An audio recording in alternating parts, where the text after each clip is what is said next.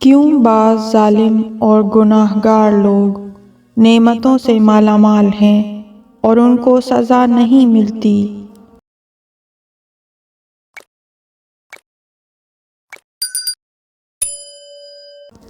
قرآن مجید کی آیات سے یہ نتیجہ نکلتا ہے کہ پروردگار عالم گناہوں میں زیادہ آلودہ نہ ہونے والے گناہ گاروں کو خطرے کی گھنٹی یا ان کے اعمال کے عکس یا ان کے اعمال کی مناسب سزا کے ذریعے جگا دیتا ہے اور ان کو راہ راست کی ہدایت فرما دیتا ہے۔ یہ وہ لوگ ہیں جن کے ہاں ہدایت کی صلاحیت پائی جاتی ہے، ان پر لطف خدا ہو سکتا ہے۔ دراصل ان کی سزا یا مشکلات ان کے لیے نعمت کے طور پر حساب ہوتی ہیں، جیسا کہ قرآن مجید میں پروردگار عالم ارشاد فرماتا ہے، لوگوں کے ہاتھوں کی کمائی کی بنا پر فساد، خشکی اور تری ہر جگہ غالب آ گیا ہے تاکہ خدا ان کو ان کے کچھ اعمال کا مزہ چکھا دے، تو شاید یہ لوگ پلٹ کر راستے پر آ جائیں۔ لیکن گناہ و معصیت میں غرق ہونے والے باغی اور نافرمانی کی انتہا کو پہنچ جانے والے لوگوں کو پروردگار عالم ان کے حال پر چھوڑ دیتا ہے، ان کو مزید موقع دیتا ہے تاکہ وہ گناہوں میں مزید غرق ہو جائیں اور بڑی سے بڑی سزا کے مستحق بن جائیں۔ یہ وہ لوگ ہیں جنہوں نے اپنے پیچھے کے تمام پلوں کو توڑ دیا ہے اور پیچھے پلٹنے کا کوئی راستہ باقی نہیں چھوڑا۔ انہوں نے حیا و شرم کے پردوں کو چاک کر ڈالا اور ہدایت کی صلاحیت کو بالکل ختم کر دیا ہے۔ قرآن مجید کی ایک دوسری آیت اسی معنی کی تائید کرتی ہے، اور خبردار یہ کفار نہ سمجھیں کہ ہم جس قدر راحت و آرام دے رہے ہیں وہ ان کے حق میں بھلائی ہے، ہم تو صرف اس لیے دے رہے ہیں کہ جتنا گناہ کر سکیں کر لیں، اور ان کے لیے رسوا کن عذاب ہے۔ اسلام کی شجاع خاتون جناب زینب کبریٰ سلام اللہ علیہا نے شام کی ظالم و جابر حکومت کے سامنے ایک بہترین خطبہ دیا، جس میں اسی آیہ شریفہ سے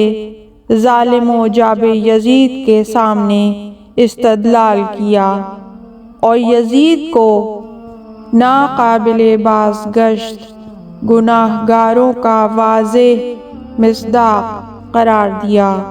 سیدہ زینب سلام اللہ علیہا فرماتی ہیں، تو آج خوش ہو رہا ہے اور سوچتا ہے کہ گویا دنیا کو ہمارے اوپر تنگ کر دیا ہے اور آسمان کے دروازے ہم پر بند ہو گئے ہیں اور ہمیں اس دربار کے اسیر کے عنوان سے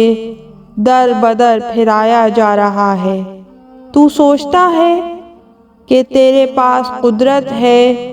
اور خدا کی نظر میں ہماری کوئی اہمیت نہیں ہے، تو یہ تیرا خیال خام ہے۔ پروردگار عالم نے یہ فرصت تجھے اس لیے دی ہے تاکہ تیری پیٹھ گناہوں کے وزن سے سنگین ہو جائے اور اللہ تعالیٰ کی طرف سے دردناک عذاب تیرا منتظر ہے۔ یہی آیت بعض لوگوں کے ذہن میں موجود اس سوال کا جواب بھی دے دیتی ہے کہ کیوں بعض ظالم اور گناہ گار لوگ نعمتوں سے مالا مال ہیں اور ان کو سزا نہیں ملتی۔ قرآن کا فرمان ہے، ان لوگوں کی اصلاح نہیں ہو سکتی۔ پروردگار عالم کے قانون کے تحت اور آزادی و اختیار کے مطابق ان کو اپنے حال پر چھوڑ دیا گیا ہے تاکہ تنزلی کے آخری مرحلے تک پہنچ جائیں اور سخت سے سخت سزاؤں کے مستحق ہو جائیں۔ اس کے علاوہ قرآن مجید کی بعض آیات سے یہ نتیجہ نکلتا ہے کہ پروردگار عالم اس طرح کے لوگوں کو بہت زیادہ نعمتیں عطا کرتا ہے، اور جب وہ خوشی اور غرور کے نشے میں مادی لذتوں میں غرق ہو جاتے ہیں تو اچانک سب چیزیں ان سے چھین لیتا ہے تاکہ اس دنیا میں بھی سخت سے سخت سزا بھگت سکیں، کیونکہ اس طرح کی زندگی کا چھن جانا ان لوگوں کے لیے بہت ہی ناگوار ہوتا ہے، جیسا کہ قرآن مجید میں ارشاد ہوتا ہے، پھر جب ان نصیحتوں کو بھول گئے جو انہیں یاد دلائی گئی تھیں تو ہم نے امتحان کے طور پر ان کے لیے ہر چیز کے دروازے کھول دیے، یہاں تک کہ جب وہ ان نعمتوں سے خوشحال ہو گئے تو ہم نے اچانک انہیں اپنی گرفت میں لے لیا اور وہ مایوس ہو کر رہ گئے۔ دراصل ایسے لوگ اس درخت کی طرح ہیں جس پر نامعقول طریقے سے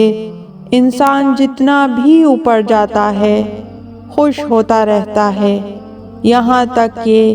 اس درخت کی چوٹی پر پہنچ جاتا ہے، اچانک طوفان آتا ہے اور وہ زمین پر گر جاتا ہے اور اس کی تمام ہڈیاں چور چور ہو جاتی ہیں۔ پروردگار عالم ہمیں گناہان کبیرہ اور گناہان صغیرہ سے محفوظ رکھے اور ہمیں کبھی اس حالت تک نہ پہنچنے دے کہ جہاں پروردگار عالم کی ہدایت ہم تک نہ پہنچ سکے۔ یا اللہ، ہم ہمیشہ معصومین علیہم السلام کے در سے متمسک رہیں جو کہ تیرے ہدایت یافتہ بندے ہیں۔ یا اللہ، اس دنیا میں بھی ہمیں معصومین علیہم السلام کا سچا عاشق اور غلام قرار دینا، اور اس دنیا میں بھی ہمیں ان کا ساتھ، ان کی معیت اور ان کی نصرت و مدد عطا فرمانا۔ اللہم صلی علی محمد و آل محمد۔ پروردگار رحمتیں نازل فرما محمد اور ان کی پاک آل پر ہزاروں کروڑوں درود و سلام۔ اللہم عجل لولیک الفرج۔ پروردگار قائم آل محمد کو، ہمارے زمانے کے علی کو اذن ظہور عطا فرما۔ اس طرح کی مزید تحقیقی، علمی اور تاریخی ویڈیوز دیکھنے کے لیے چینل کو سبسکرائب کیجیے اور بیل آئیکن پہ کلک کیجیے۔ ویڈیو کو لائک کریں اور کامنٹس کے ذریعے بتائیے کہ آپ کو ویڈیو کیسی لگی۔ اگلی ویڈیو تک کے لیے خدا نگہدار۔